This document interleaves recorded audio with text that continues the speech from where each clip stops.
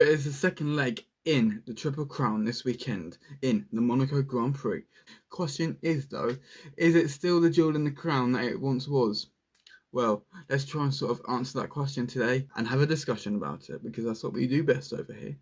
3 will be the next question. Yes, so Formula 1 is back in Monaco. Now, obviously, it is not on the weekend that it normally is. As I've said many times this year, and many times since it's been announced, it is an absolute sham. Because having the Monaco Grand Prix on the same day as the Indy 500 and the Coke 600 for NASCAR, well, it's just perfect. But they decided to mess it up. But yes, the big question is, can Kimi Antonelli get his 5th career win in a row after winning ever since China all the way to Montreal, even though George Russell was looking pretty decent at it until his car inexplicably broke down. So that'll be very interesting to see there. But the question is, can Mercedes even win Monaco as well? Because as we know, Ferrari are very good when it comes to sort of getting the boost out of the corners. And well, obviously Monaco is all about that. If you're not good at that, you're going to struggle. So it's going to be very interesting to see, and I personally really like it. Just to get a challenge, really. I think everyone would really at this stage of the game, but that would be fun to watch as well. But yeah, Kimi Antonelli is at the top of the standings by 43 points.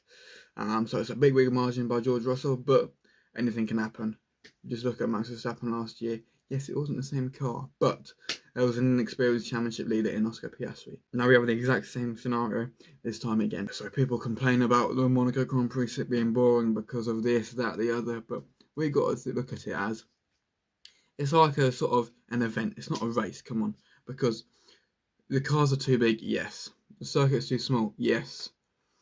There's not enough personal opportunities, yes. But you've got to look at the history. The first Grand Prix was all the way back in 1929. At the time of recording, it is 96 years ago. So, you know, you've got to look at it in that sense, and there's a lot of history. Louis Chiron was the first ever winner. There's been so much history around that place. And yeah, like I say, it's one of the jewels in the Triple Crown of motorsports. So it deserves that respect just for that alone, similar to Indianapolis and Le Mans. But I just think, I don't really enjoy the event, but you've got to respect it for what it is. So just having that sort of negative standpoint is just going to harm your sort of viewpoint of the race and that sort of stuff.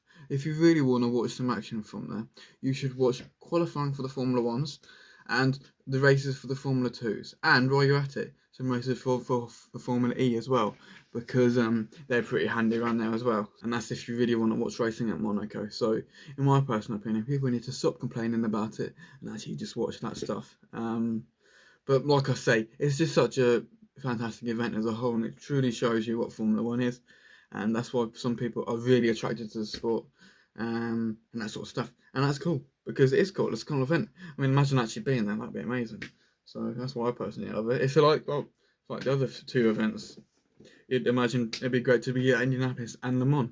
So it's just a fantastic event. Monaco Grand Prix, is it still worthy of its Triple Crown status? Yes, it absolutely is. People have just got a messed up opinion of it, in my personal opinion. Yeah, so people just don't go into it with the right mindset, and they don't enjoy the actual event.